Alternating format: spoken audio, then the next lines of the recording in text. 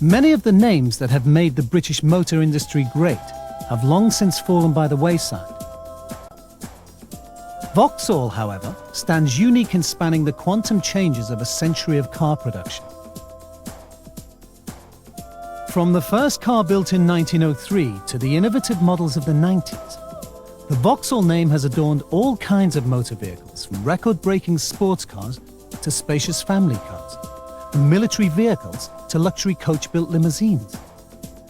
To the hundreds and thousands of motorists who have driven these machines, the name means one thing: that this is a vehicle built to the highest engineering standards, which will give years of reliable and enjoyable motoring.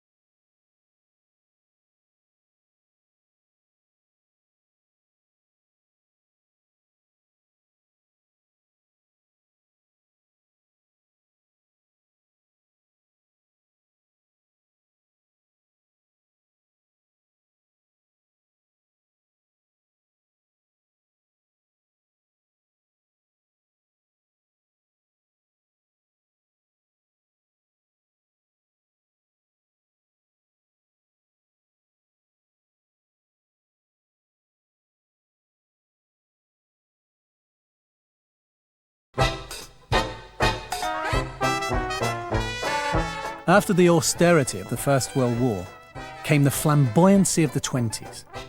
A dashing sports car was the epitome of a glamorous lifestyle. As the 20s roared to the tune of the Charleston, the Vauxhall 3098 became one of the great sporting cars of its day.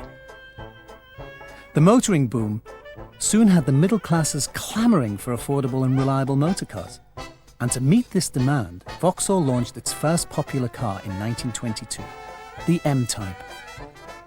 At £650 and offering 55 miles an hour and 30 miles per gallon, it was aimed fairly and squarely at the ordinary non-sporting driver. Despite the M-Type, Vauxhall remained a niche manufacturer, building cars mainly for the prestige end of the market. Then, in 1925, Vauxhall was bought by General Motors. This alliance would give Vauxhall the financial muscle to build cars for all kinds of customers. And the 30s would bear witness to the success of this strategy.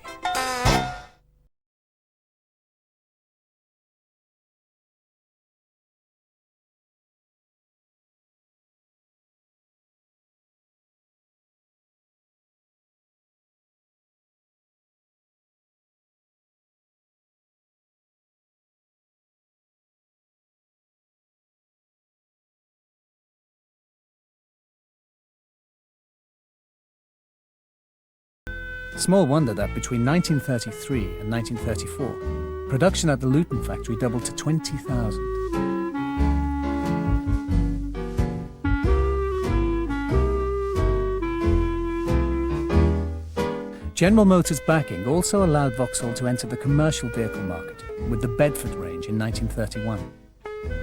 The lightweight construction and low price made the trucks instantly popular, not only in the UK, but throughout the Commonwealth and beyond.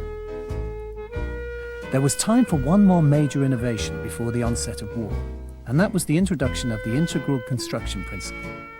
Investing £1 million, Vauxhall became the first British manufacturer to build a car without a separate chassis. At once lighter and cheaper to build, 10,000 Vauxhall 10s were sold before the war.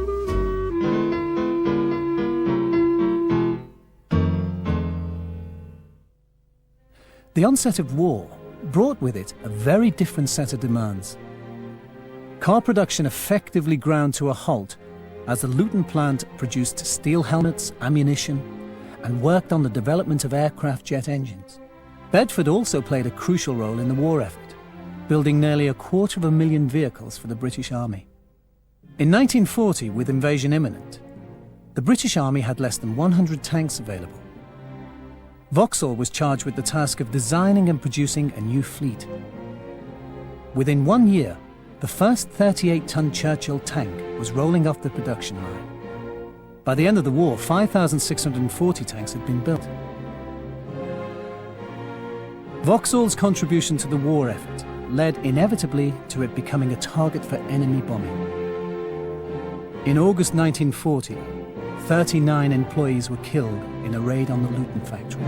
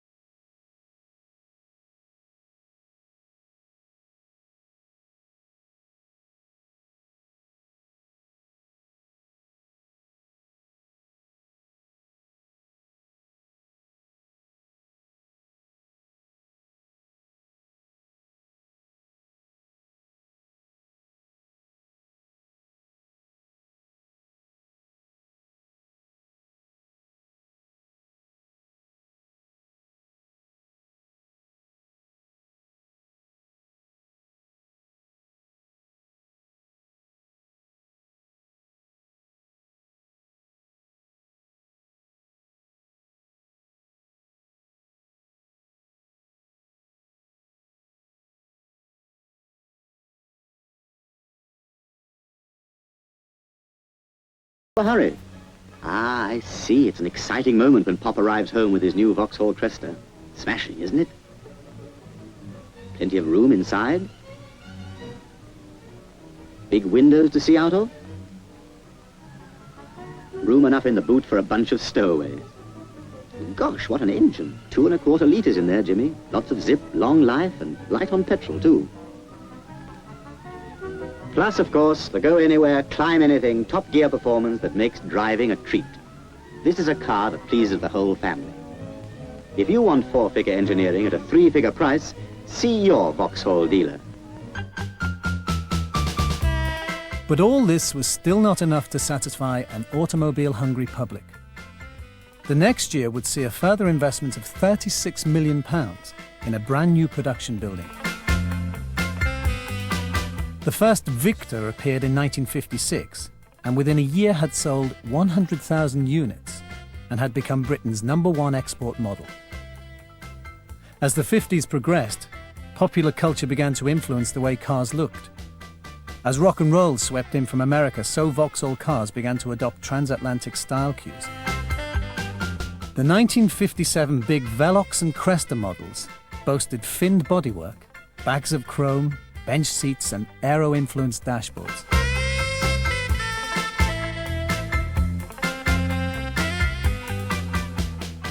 This is the new Vauxhall Victor, and my idea of everything a car should be. The 60s were something of a motoring heyday.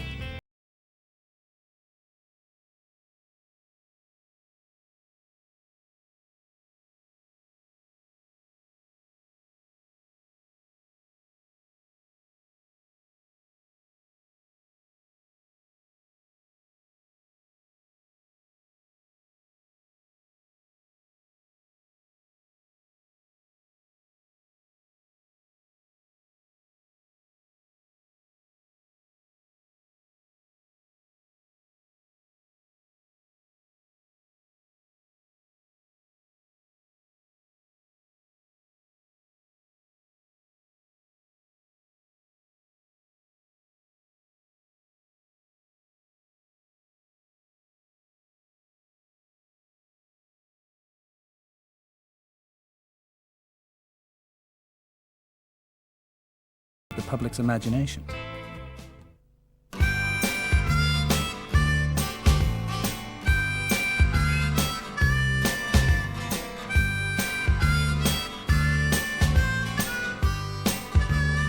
With England as World Cup champions, the Beatles changing popular music forever, and London the centre of the world fashion scene, the Viva was the right car at the right time.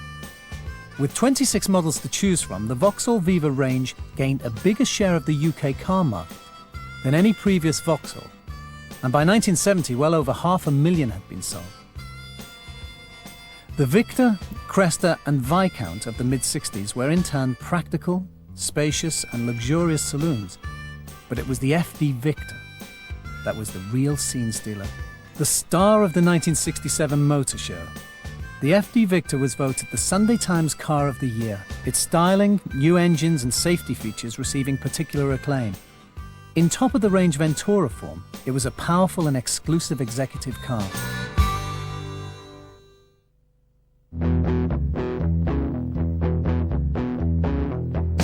The 70s would see the end of the Viva and Victor family lines. In 1971, the millionth Viva rolled off the production line at Ellesmere Port, whilst the FE Victor soldiered on until 1978, when it was replaced by the all-new Carlton. Before the early rains came, the intrepid Smith family set off on safari in their new Vauxhall Viva. Stores were quickly loaded, and the eager hunters comfortably seated. With father at the wheel, the car moved swiftly through the hinterland. They soon encountered some difficult terrain, which the Viva, with its protective undersealing and unique 11-stage anti-rust treatment, took in its stride.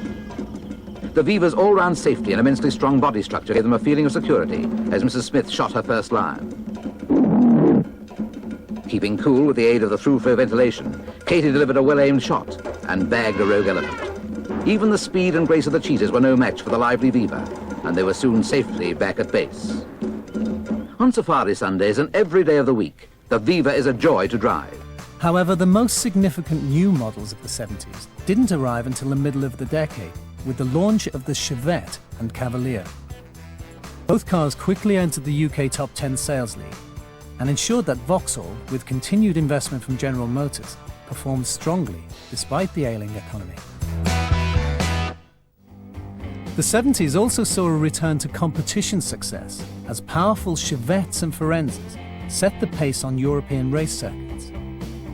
One particularly awesome Ventura took no prisoners, and victory for the 16-valve Chevette in the British Open Rally Championships gave Vauxhall an extra special 75th anniversary celebration at the end of the decade.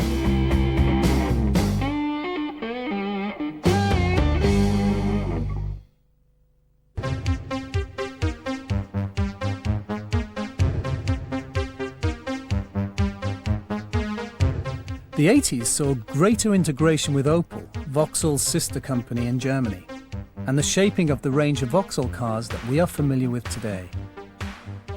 First out of the blocks at the turn of the decade was the new Astra, Vauxhall's first front-wheel drive model. The second generation model followed 4 years later, built on the new robotized lines at Ellesmere Port.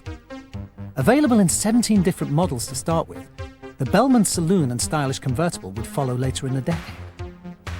Meanwhile, the groundbreaking Cavalier was going from strength to strength. The front-wheel drive Mark II arrived in 1981 and became central to Vauxhall's success in the 80s. Vauxhall took its first step into the small car market in 1983 with the Nova. The nippy small car became a key player in the 80s hatchback scene.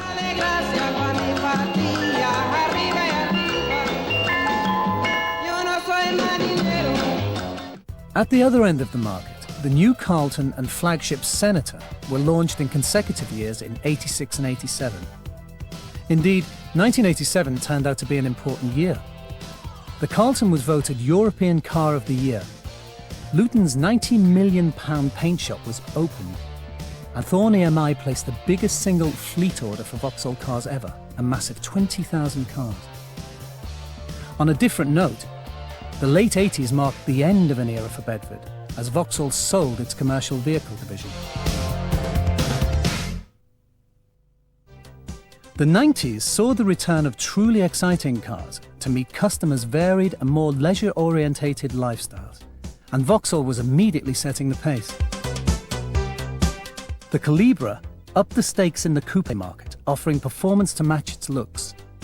It was the world's most aerodynamically efficient production car. The Frontera followed a year later in 1991, Vauxhall's first four-wheel drive vehicle. This was a sector that was to witness dramatic growth in the 90s. The Mark III Astra was introduced in 1992 and became the most successful new model launch in Vauxhall's history. These were busy and exciting times for Vauxhall, and the arrival of the Corsa reflected the confidence of the company. The Corsa brought fresh chic and styling to the small car market. The emphasis has not just been on new models. The 90s have seen innovation of many other aspects of Vauxhall's cars. In 1992, as part of its environmental commitment, Vauxhall became the first UK manufacturer to provide catalytic converters as standard across its whole range. And by 1993, the important new Ecotec engines complying with the toughest EC emission standards were appearing. Most Vauxhalls are now fitted with these engines, the most environmentally efficient in Europe. Vauxhall has also launched a range of dual-fuel cars and vans, vehicles that can run on petrol but switch to cleaner gas to reduce exhaust emissions in urban areas. And as the quest for alternative and sustainable fuels continues, Vauxhall, Opel and General Motors are pioneering developments in fuel cell technology. Reducing carbon dioxide emissions by half and producing virtually no pollutants, the fuel cell propulsion system is most likely to overtake petrol and diesel engines as the standard for passenger cars of the future. The Vauxhall range of the 90s is also one of the safest and most secure in the world. As motorists have become increasingly concerned with these issues, so Vauxhall has responded by providing high levels of safety and security as standard. And so the second half of the 90s has seen the introduction of more new Vauxhalls meeting modern lifestyles and demanding motoring conditions. The Tigra proved that some concept cars do make it into production. The Amiga achieved market leadership within months of its launch. The Sintra marked Vauxhall's entry into the people mover market. The launch of the versatile Movano van completes Vauxhall's range of light commercial vehicles. The Vectra continues to top the sales charts after nearly 4 years in production. And by raising the standard for ordinary motorists, the innovative new Astra is truly a car for the future. And indeed, what does the next century hold for Vauxhall? As part of General Motors, Vauxhall will certainly always be at the leading edge of motoring innovation. Production and manufacturing techniques will become ever more sophisticated and efficient. This will mean that Vauxhall customers will get even better cars delivering excellent performance and value for money. and that they will continue to enjoy unparalleled levels of customer care and service. And in 2003, as Vauxhall celebrates 100 years of motor manufacture, it will be able to look back with pride on a journey that has taken it a very long way from that Victorian ironworks in South London.